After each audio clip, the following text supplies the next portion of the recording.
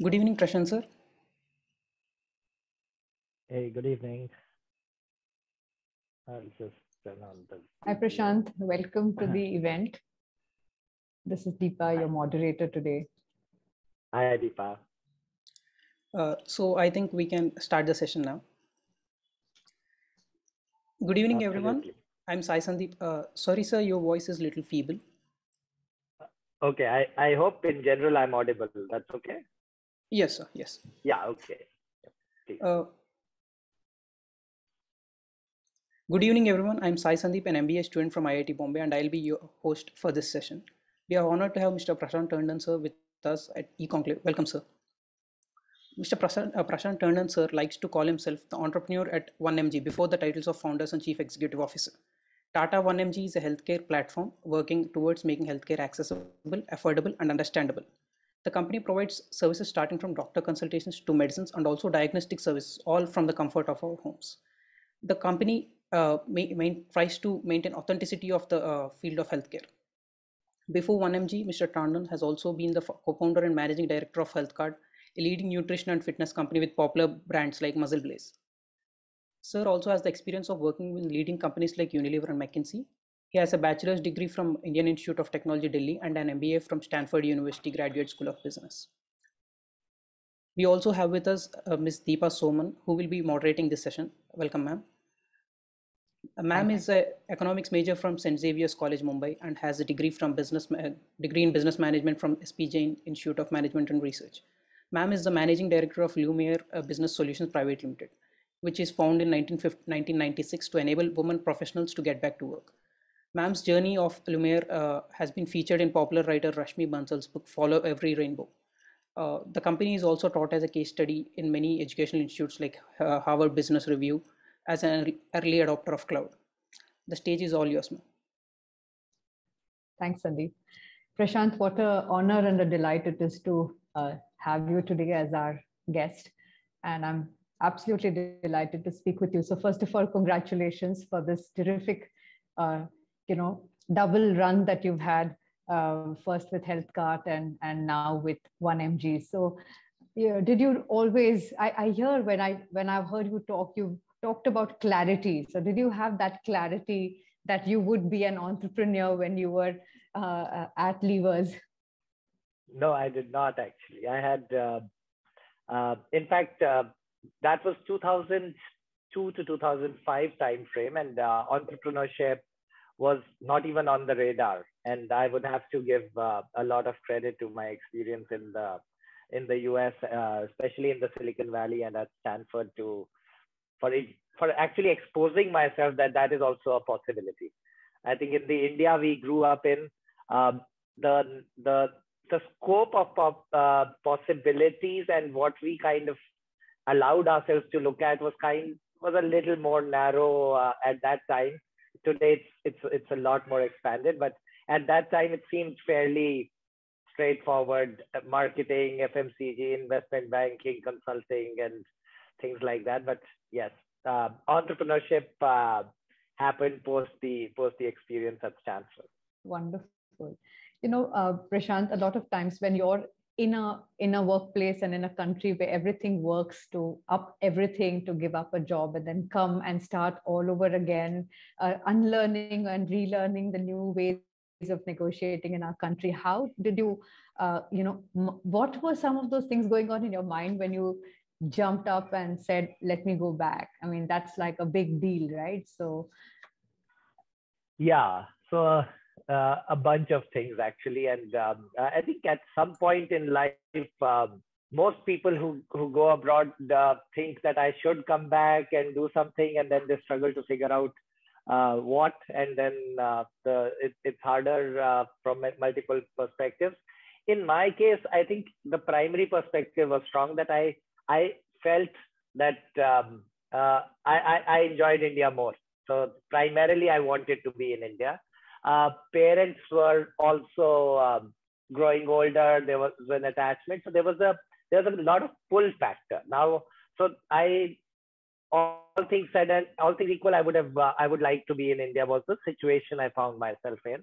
the other thing that was there was India was on the rise, and the opportunities that India was providing and was going to provide in the coming decade, at least at that point, from that vantage point, it seemed that's the place to be. And I'll speak a little more about it. Also look at the years it was. So 2009 November is when I came back. 2008 was the year of the great financial crisis, where US was very badly hit. So it was an economy that had gone slow. It was an economy where a lot of my friends had been laid off, and it was generally a depressing time to be there. And India was doing pretty well. Entrepreneurship had been had kickstarted. We had seen the early startups do a bunch of interesting things, and it felt like India is on the move. India is the place we should be, and all the excitement was in India. A few of my American friends moved to India to start companies, and I was like, why am I wasting my time out here when the opportunity is back where I want to be? So all of that helped take that leap. So, you give credit to Stanford to sort of build that perspective for yourself on thinking about entrepreneurship. So what kind of work experiences in those early days, how have they sort of influenced and impacted your entrepreneurial journey, if you might like to share? So I think all experiences contributed quite a bit.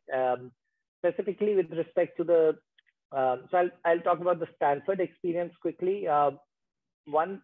The good thing was a lot of my classmates, a lot of my peers had been entrepreneurs who had started a venture before business school or worked very closely with a startup. And that excitement rubs off. Then a lot of our professors and the case studies would be very, very real. And when you have the actual protagonist, the entrepreneur, come and talk about his or her journey, I found it very, very exciting, and it's inspirational that, okay, this is cool stuff. And this is something that wasn't on my radar, but there is a lot of interesting kind of perspective these guys have. And I think those contributed quite a bit. And if you look at my experiences, I think that also helped. I started with Unilever with operations and manufacturing. I was running a factory first. Then I was in the innovation team for a soap, Lux, across Asia. Then I got experience as a consultant with McKinsey in the US, where I got exposed to healthcare. And I think all these experiences helped quite a bit with very foundational stuff, basics of business, basics of discipline, work ethic, etc., etc. But the real learning happened when we actually moved back and tried to set up our first venture. And while everyone kind of would like to focus on, for good reason, on HealthCart and 1mg, the two ventures that have worked out well, both of them find their foundation in the first year in our first venture, which really, depending on how you look at it, you can call it a failure, you can call it the best investment of our life. Because both the other companies came out of a lot we learned during that 1 year and 3 months, 15 months that we spent on Health Chakra, which was what we came back to start. Wow. It's so amazing because the seeds of success, like they say, lie in failure. So going through those 1 year and 3 months, dark days when you were possibly being planted, not like as you were being dug deep, has led to both of these. Thanks for sharing that piece. When tell us a little bit about this space, where did you see, when did you sort of start this, to see this opportunity? A lot of times entrepreneurs have like a personal experience or a pain point that they've experienced in their own life, which kind of gives them this epiphany of saying, I need to go do this, or this is my purpose. How was it with you? So I think less than a personal experience, it was more seeing the healthcare ecosystem and the general pain it has. So US, I was working in the healthcare ecosystem, and I saw 2-3 things up close. And before that, I had zero exposure to healthcare. I saw that it is a system where every individual domain is highly optimized. So there's a lot of local optimization happening of a provider, intermediary, a technology solution. Everything is very, very well organized and optimized. And as a collective, it still doesn't work in a sustainable manner and doesn't work for a lot of people. And even more stark in India, where it is not even individually optimized. So I saw it as much more a logic and an optimization problem, that here we are in a sector where which is one of the large sectors with a lot of pain points. Yeah. And for whatever reason, there is consumers don't like this sector at all. And if you talk to a normal consumer in any country of the world, they don't like the healthcare they get. And everyone is kind of faced to a different degree with the quality of healthcare in their and healthcare companies are some of the least admired companies rather than being the most loved companies, because essentially they're helping you live longer and they should be respected, they should be loved, but they are not. What's missing? So to me, it was much more a curiosity and a philosophical question that something is amiss. And I thought that it was a question of in India, at least, that there's a lot of inefficiency across the board, and getting that part sorted will help. But as I said, the first venture we came with was not the answer to that question. So that we changed our paths along the way. But that was kind of, to me, it was much more about that than, thankfully, not a personal tragedy situation of healthcare in my personal situation that way. Oh, thank you for that. From HealthCart, the first company that you didn't succeed from, what is it that you take away that you said you would not do, the mistakes you would not repeat? So what is it what was it that you decided not to repeat as mistakes, perhaps? I think the most important thing was we looked at the problem the way a lot of people in the West have been looking, and even in India have been looking at it in healthcare. And that was the fundamental difference. So what I believe is the fundamental problem with healthcare is that everybody builds a business model with either the doctor or the hospital in the center, or the insurance company or the payer in the center. And no one makes or used to make a healthcare model with the patient at the center. And that simple philosophical construct changes almost everything. Who are you building for, and who's your customer? And if you, back in 2009, if you would talk to a hospital, a pharma company, insurance company, anybody you'll talk to in the healthcare ecosystem, they'll say that patients don't know, it can't be designed for them. Customer centricity is not for healthcare. And it used to be, it sounds silly in today's context, but it used to be a revolutionary idea that how can you design healthcare with the patient at the center and not the doctor at the center? And I felt that this sector will be much better off. The doctors will be much better off. Everything would be better off if you design it for the right customer at the end of the day, which is the patient. And then how you make optimizations changes, what you optimize for. So I think from the first experience, that was our biggest learning, that our customer, we got it wrong. The user of our services might be the provider or the insurance or the doctor, but our end customer is the patient whose life needs to be better at the end of the day. Fabulous. I think this is such an important point you make about consumer centricity and how you wove it in. From HealthCart to 1mg, and I'm curious to know why you call it 1mg. Maybe it's available somewhere, but I haven't researched.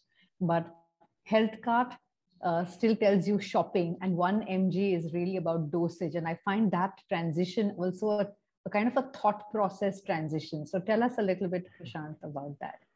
So within HealthCart, we started an initiative called HealthCart Plus. This initiative was actually, while working with the doctors, we had created for them to do e-prescriptions and all the practice management stuff. We created what was the country's first digital database of medicine. While the doctors never used it, we still had this digital database that we had created from scratch. And what we realized was that this was a pretty fascinating insight again at that point, that for the same medicine, generic salt, you had at times 200 different pharma companies offering the same medicine in their own brand.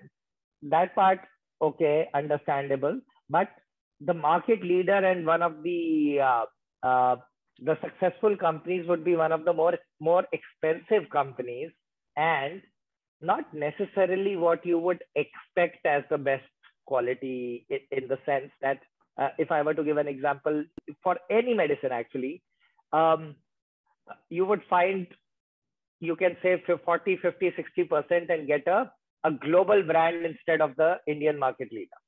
And you can save money and get kind of a better brand or an equivalent brand. And the reason was that this market is built on opacity. People don't have the transparency. They're not used to it. And when we built that database, we figured that, okay, there was transparency.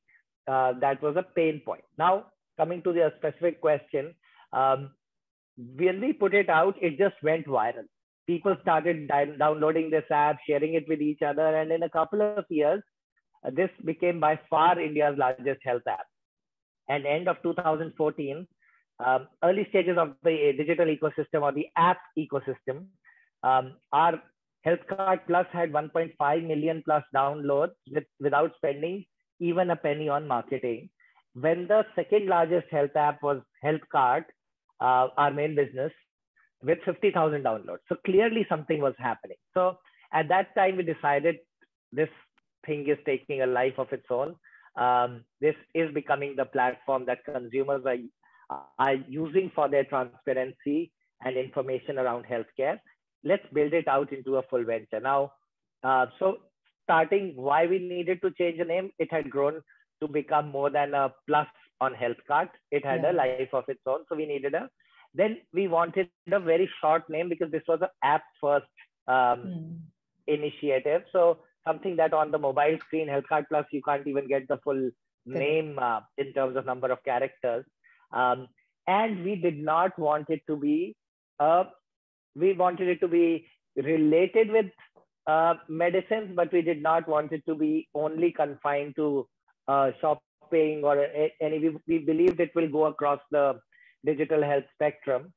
And we wanted a very short name, as short as we could get. And we got the entire team together, brainstormed this, that. Finally, somebody, I think, suggested 100 mg. And then we were like, okay, if we were to pick a number in the name, then why go for 100? Why not just one? Let's be number one in everything we do. So it was just an organic conversation leading into more conversations, leading into, okay, what about this 1 mg? Then domain was available. That was a lucky situation. Our address at that time happened to be 1 MG Road in Gurgaon, Mehrauli Gurgaon Road. So we're like, okay, the stars are aligning. Let's go with this. This seems like this is great. So it seemed a risk at that time, but I feel good about it. It worked out well. Awesome. You talk about consumer centricity and consumer first. The 2 years of the pandemic or whatever, all of this fear psychosis, what do you think has changed as far as consumer behavior? Is this like paranoia of wanting to sort of take control because I have no control of my external world? Is all of that happening, or am I generally less trusting? So what are some of the shifts that you're experiencing, and if you can share? I think consumers are certainly now participating or getting more active about the impact of things on their health. And it's also because of the pandemic, a very strong behavioral change has happened. So for a lot of people, and this is also very fundamental, especially in the healthcare context. See, the way healthcare has been designed historically is that everyone has to go out to these temples of healthcare and get their provisions from these various places. But if you look at it, especially in the context of infectious diseases, which India has quite a lot of, the last person who should go out to get their healthcare is an infected patient. Correct. Either you will go and infect 5 more people along the way, or you will carry your immunity is low, you'll bring 3 more infections as you go out. And the COVID situation just amplified this pain point very clearly. Now, if you're going for, say, example, you have fever and you go into a diagnostic lab and sit there with 20 other people who also have different kinds of fever, it's not the right design. That's what I meant. The design is not for the convenience of the patient. The design of the system is for the convenience of the provider. Yeah. Now, when you think of it, so that's when the thought process, if it goes that way, then you start thinking that, okay, now these kinds of patients deserve to get their service at home. And what that behavioral change with COVID happened is that patients started appreciating these kind of basic shifts. And the bigger thing that happened along with that was, see, healthcare is a multi-stakeholder ecosystem. And it's not only the patients, but everyone else also realized that this is the safest, most convenient, and probably the only feasible way to stay in touch with the patient. So pharmacies, hospitals, labs, everything started going home. And the regulator, the ecosystem, I think the telemedicine guidelines came 3 days post the lockdown beginning. They had telemedicine guidelines. First conversation, I think, happened in 2000 or 2001. Mm-hmm. And 3 days after the lockdown coming into force, they were finally released. So these kinds of massive structural ecosystem shifts were enabled by the pandemic. And I think once the entire ecosystem wakes up and moves in a certain direction, that's when the inflection point really is visible. So that's kind of what we are seeing. Awesome. You've also been a player in administering of vaccines. What was that like? And what was some of the what is it that you have learned? I think this whole piece of the inadequacy or the deaths, and how does it sort of impact what you do, and how does it impact your employees and the whole sense of purpose? Because people must feel a huge sense of purpose when they're working. It's almost like being part of on the front lines, right? So tell us a little bit of what was happening to the culture in your workplace with all of this.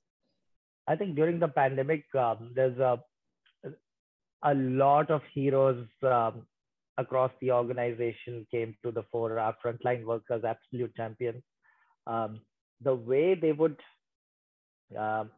keep at it, the level of commitment and the spirit that we are here doing something that is a service. That mindset was very, very evident, and people went all out to be of help and service, and many times in areas that were otherwise not in our business domain. So whether it was, we are not in the business of oxygen, we are not in the business of hospitalization, we are not in the business of the injectables like remdesivir and tosi and all those things that were massively short. But a lot of people would reach out to us seeking help, and our teams would just go out all over trying to figure those things out. We even got people admitted to hospitals with our people kind of ferrying them across because nobody else was willing to. So I think this pandemic, we saw literally the best in people, and the way our team stepped up. In my diagnostic lab, half the technicians, half the doctors themselves were down with COVID. But everyone, we made sure the lab did not stop for a single day.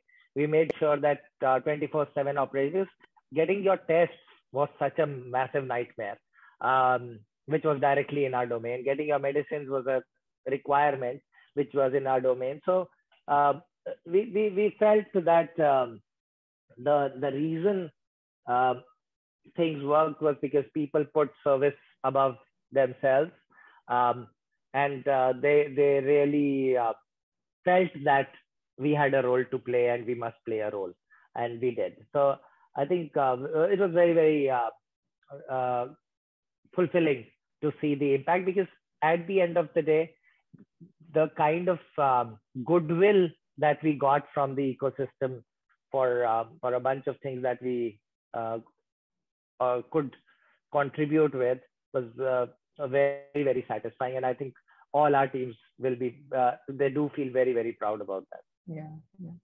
And this is also particularly important in the partnership now with the Tata, because there is in a sense, even for the outside, a great alignment of core values. You suddenly see consumer first, customer first, a little bit of service above self, and all of that, stretching, going beyond the call of duty that we associate with the Tata Group.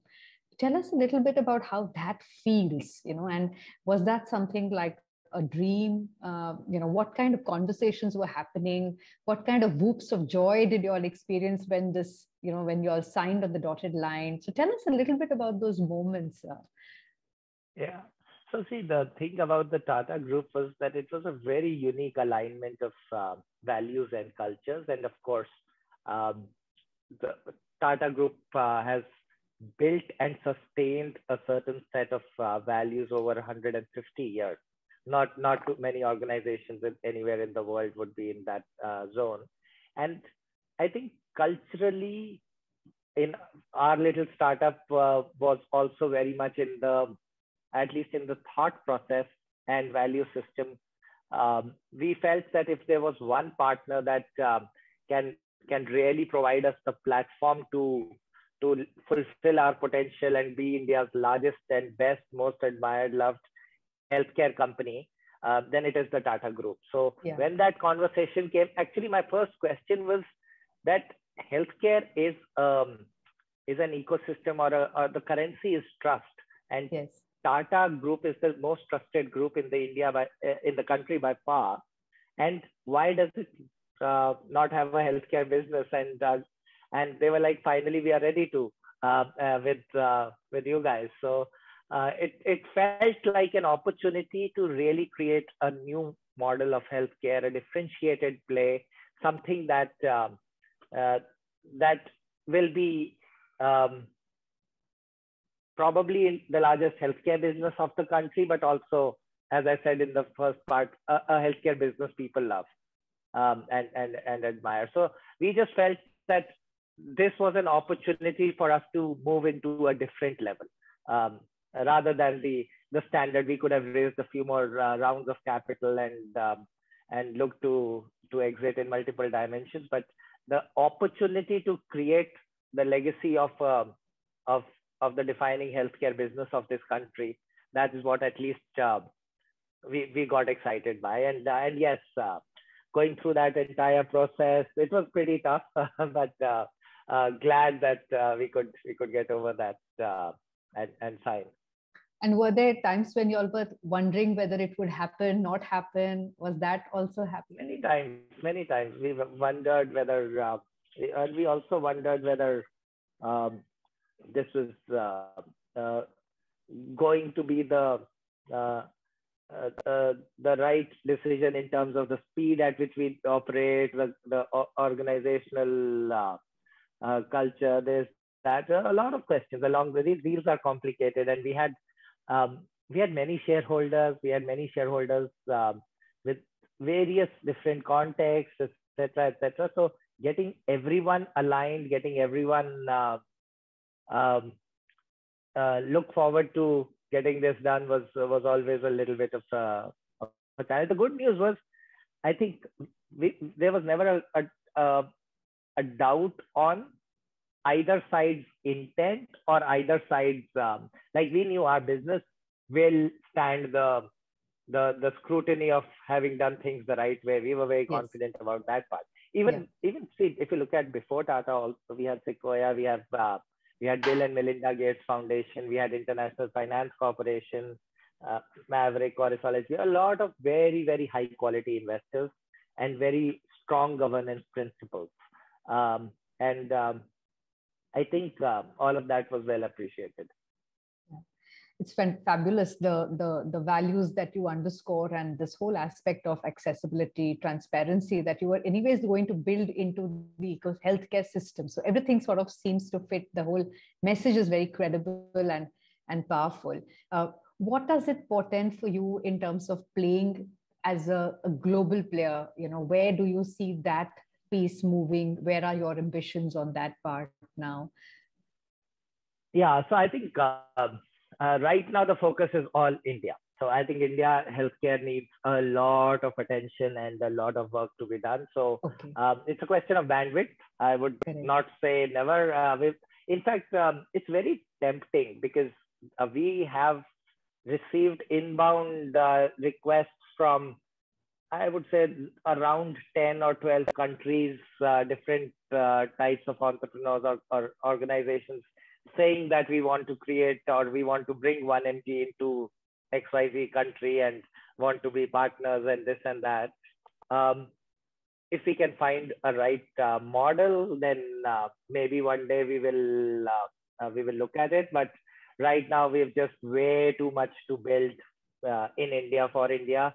And it's a bandwidth and resource allocation issue. So would need to stay disciplined and solve the way too many problems out here. Prashant, that's also a great input for all the budding entrepreneurs that are listening to us, to say that, to even know when to say no, because it would be just so exciting, just so much glamour to say that Abhi hum log, we are outside and all of that, and to sort of hold your horses and rein in that ambition and say, let me prioritize on what's important, it's a good, I think, a takeaway for all of us. When you talk about India, how does rural feature in your scheme of things? And you've done stints in Hindustan Lever, so you understand the whole country in a very unique way. So maybe you want to tell our audience a little bit about what's the future for rural. I already see a Hindi in access language on your app. And yeah, so I think I really feel that is the area which will see maximum impact, but it is the hardest to bring to and the most expensive customer segment to serve. Yeah. Now, but I feel as entrepreneurs and as an ecosystem, including the government, we need to do a lot more, and we haven't really fulfilled the full potential of that opportunity and that customer base. So I'll tell you why. In a rural setting, actually, if a person needs healthcare, they have two choices. One is not get the healthcare, or go and find it in a city. Now, when they go and find it in the nearest city, they actually end up paying more for the healthcare than people who live in the city. Yeah. So a person coming from a tier 2, 3, 4 town to Delhi, Bombay, Bangalore, whatever, actually spends a lot more. One is the general transportation, stay, commute, and then there are always these multiple touts in between who are seeking rent for all kinds of misguiding models. Now, all of that business is built on that opacity and the confusion, and it is the single largest reason why people lose their land and go back below poverty line is when a healthcare crisis kind of hits. So they actually, it's not that they don't end up paying. Some of them just don't think it is worth the fight, and some of them go through the fight and lose quite a bit. So it's a very distressing kind of a situation. And the only way to start bridging the gap is to, I think, connect them digitally, because physical infrastructure will still take a lot of time. We just, as a country, we might want to or expect to build that, but physical infrastructure is not happening is the reality for the of the scale that we need.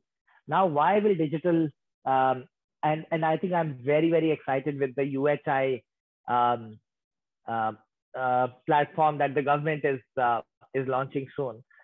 That should create the right infrastructure for the tier 2, tier 3 people, at least to get transparent access to the best of doctors sitting where they are. In time, I am hoping that it will also bring the Ayushman Bharat based government's primary role as a payer. And I think that's very important, and that the government is moving from a provider of healthcare to a payer of healthcare, which is very, very, very useful. And now a private doctor sitting in Delhi can actually still be economically incentivized and paid for providing a service to a patient in a tier 2, 3, 4 town or a village.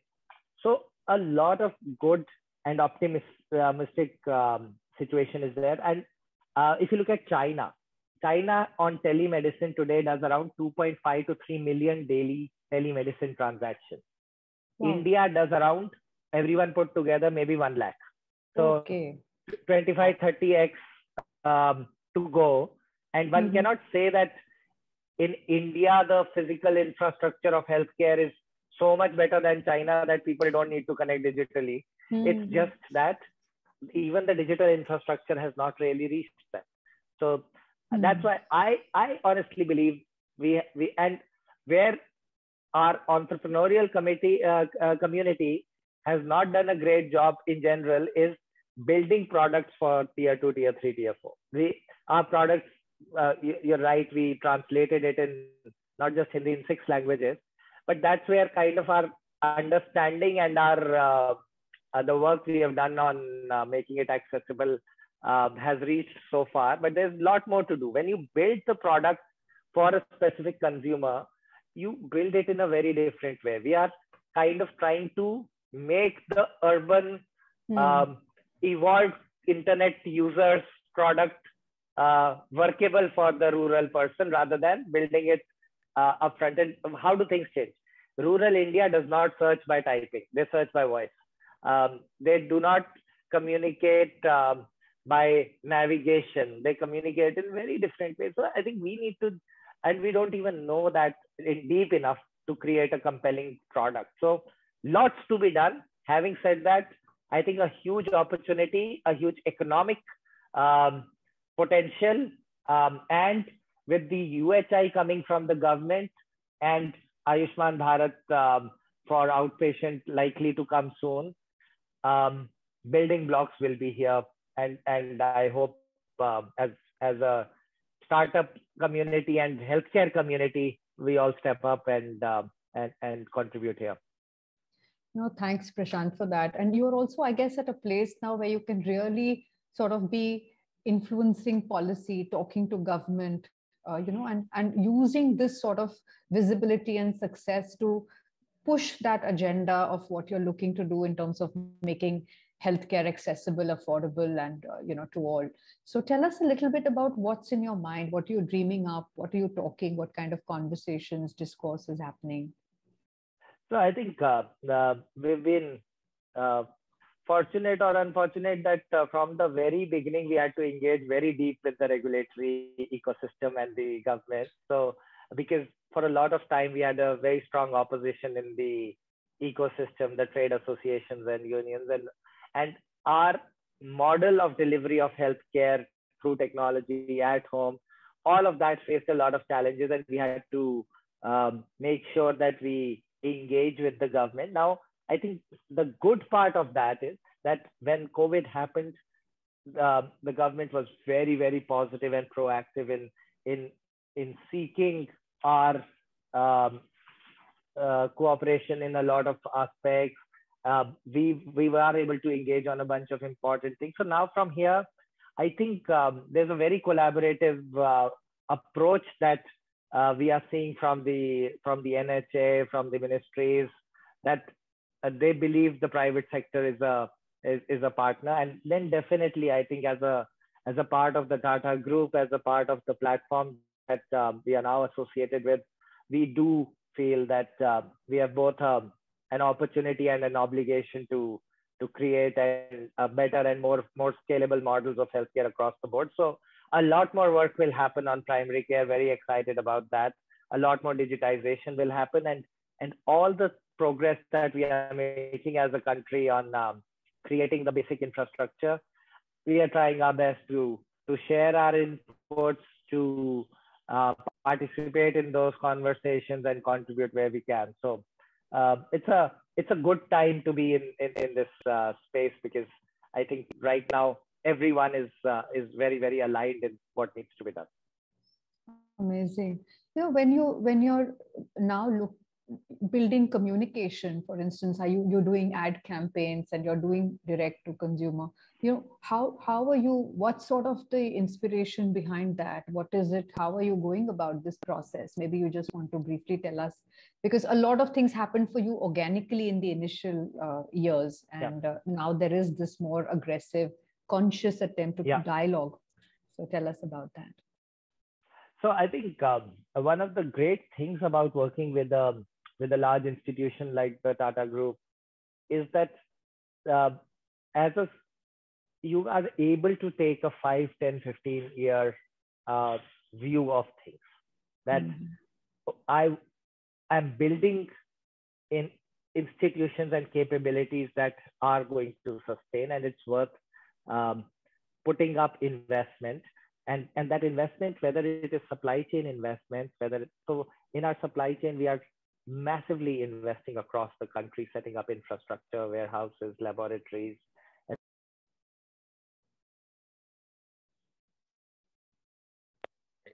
Lost you for a second. Just lost your sound for a second. Yeah. No, so I was saying, so, and also in our brand, we are going omni-channel. We are going to be online, offline, all kinds of access points will be there. And we felt that we have a huge opportunity to communicate the strength of our brand. And it's time we got out there and did that actively, rather than it was still happening pretty recently. Like, we have more than 40 million monthly unique consumers coming onto 1mg. But I think building the deep, fundamental, inherent trust, it's worth putting in some capital in that communication, and that's what we are doing now. Having said that, I think our communication strategy is very clear. We don't want to go down that the only reason to come to us is that we are the cheapest, or we'll give the maximum coupon, cashback, whatever. We want, and we don't want to take a loud, frivolous kind of approach. We want to be talking of what we are good at, and which is around authenticity, around just the trust that we will be reliable. We will do what it takes to make things happen. So I think our communication strategy is I like how it is shaping up, and I'm getting good response from the ecosystem. Yeah. In terms of attracting people to join you, this whole employer branding piece, and what kind of qualities do you look for in people when you're hiring? I mean, how everything has happened so fast. So tell us a little bit about how you build that. Yeah, so I think I'll have to quote one of my professors from Stanford to underline the primary philosophy here. And what he used to say was basically A's hire A's and B's hire C's. So the most important thing is the core team that you put up in the beginning, because if you take a B, an average person, that person is more insecure about not letting other people shine and will hire people beneath. And when you take a real superstar, they are very keen to bring in more superstars. So I think they just, people thrive in different ways, and it's very, very important to have a very strong core team and all the right folks. And when we say right folks, it's a unique set of capabilities and passion and commitment. So I'm very proud that through the 11 years of my journey, all my core teams, all the people who worked directly with me, um, everybody played a we've hardly had attrition at the top level. Wow. And that I think has been fundamental, because then as they hire and build their teams and their organizations, there is a continuity of culture. There is a continuity of values and alignment around that. And I think it really helps being in a space where fundamentally you're doing good. And as I mentioned earlier, during the COVID time specifically, when people felt the goodwill that they felt from their own families, relatives, friends, that yeah, you guys really helped out and Vanamji did a good job. I think it's very satisfying, and it does make a huge difference. And so for us, we have largely had a stable organization, and it's been about having the right leadership in place and making sure that culturally there is alignment on what we are building, how we are doing things, and how we don't do things. Yeah. And this is opportune because Kanchan Dwivedi asked this question. What's your leadership style? Has it changed over the years? What are the learnings you've had? What kind of skills, Gaurav, and you have brought to the table? So yeah, thank you, Kanchan. I think one thing I can add, learning through the journey, or rather I'll just add on the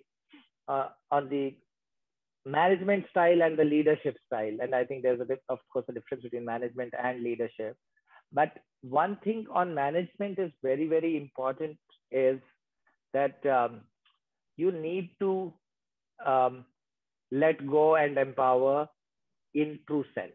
And that is very easy to say and very hard to do for most people. And one of the philosophies or benchmarks that I use or frameworks I use, is that if anything is taking more than 20% of my time and is not critical to life or death of the organization, then it is somebody else's full-time job. I should stop doing it. And it becomes hard when you kind of start thinking of yourself as an expert in X, Y, or Z, that, okay, I'm really good at category management, or I'm really good at marketing, and marketing should report into me. And then suddenly one fine day, you're like, okay, but marketing, I have no clue what's going on. A new person will come and take charge, and I'm out of it. And being really out of it and empowering that new person in a space which you consider rightly or wrongly as yourself as the best expert in the world, I think it's challenging, but it's very important, and you need to actively do that. So if any activity, however good I may be at it, I need to just find the right person to hand it over to if it is taking more than 20%. And that 20% has changed from, at one point it was 40%, 50%, and now it has come down to around 20%. Vaishnavi is asking about the rural healthcare system. I think we talked about it already. So Vaishnavi, I think we took that piece. In the last 3 minutes of this segment, and I want to ask you, Prashant, what's your advice to young and aspiring entrepreneurs? We have a bunch of people here who've signed up, waiting for lessons. So I think 2-3 things I would say. First is just be in it for the right reasons. If you, or in fact, you become an entrepreneur only if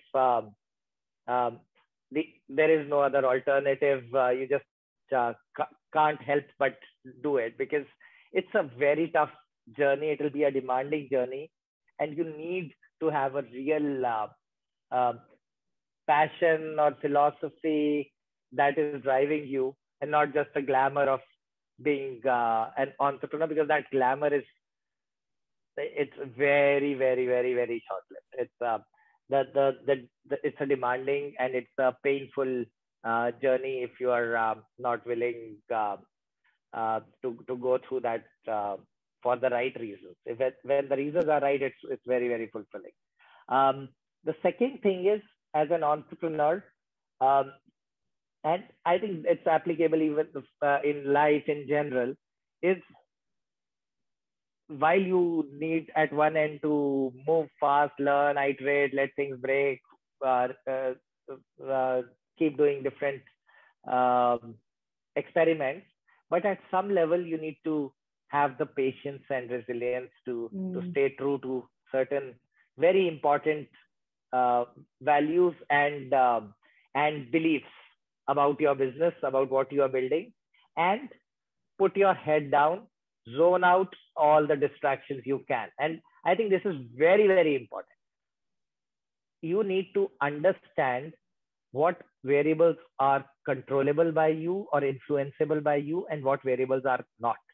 Mostly what people end up doing is put all their energy, attention on and get depressed by variables that are completely out of their control, rather than spending time and energy on things you can control. You get super depressed that, oh, that company, my competitor raised so much money. There, this regulation changed, this happened, that happened, and it happens. You keep focusing on what you can control. Hope that things work out. There are 99 out of 100 reasons that can make you fail, but you spend your time, energy just on what you can control and do. And then the last part is, if you continue to do that with discipline over a period of time, and are fortunate enough to survive to see the journey, at least what I have seen across the board is that the power of compounding is amazing. On a daily basis, monthly basis, you don't realize how much your organization, you yourself as a person, everything is growing. But when you take a 3-year, 5-year, 7-year, 10-year view, you realize that every day just trying to be a little bit better and doing that the same job a little more efficiently over a period of time makes you a very, very strong organization, and you suddenly see that you've come quite a long way. So let compounding happen and keep chipping away. So it is brick by brick. It is arduous, hard labor, but that's when because I think a lot of us, especially young people today, are very impatient that they want to see results in 3 months, 6 months, 9 months. Those are not results. Those are outcomes of experiments. But results over a period of time, and you'll see it in your career. If you're getting better at things, if you're learning more, if you are improving every little thing here and there about your work, you will see that over a period of time, your trajectory looks very different. So that get 1% better every day. Fabulous.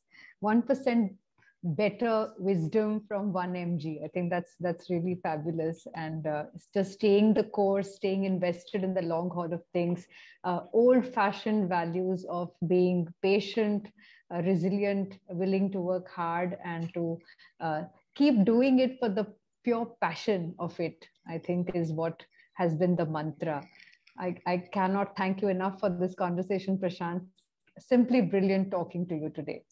Thanks to the IIT team for giving me this very prestigious opportunity, I would say, of talking to Prashant Tandon, my guest today. Thank you. Thank you, Prashant sir. My pleasure and honor. Thank you. Thank you, Prashant sir and Deepa ma'am, for this wonderful discussion. We really learned a lot. I would like to thank Prashant sir for taking time out of his busy schedule and for inspiring us all with his wisdom and knowledge. The insights we got today into the industry were really valuable. I would also like to extend our sincerest gratitude to Deepa ma'am for being such a great host tonight with a great set of questions. Thank you, ma'am. Thank you. Thank you. Thank you very much. Bye-bye.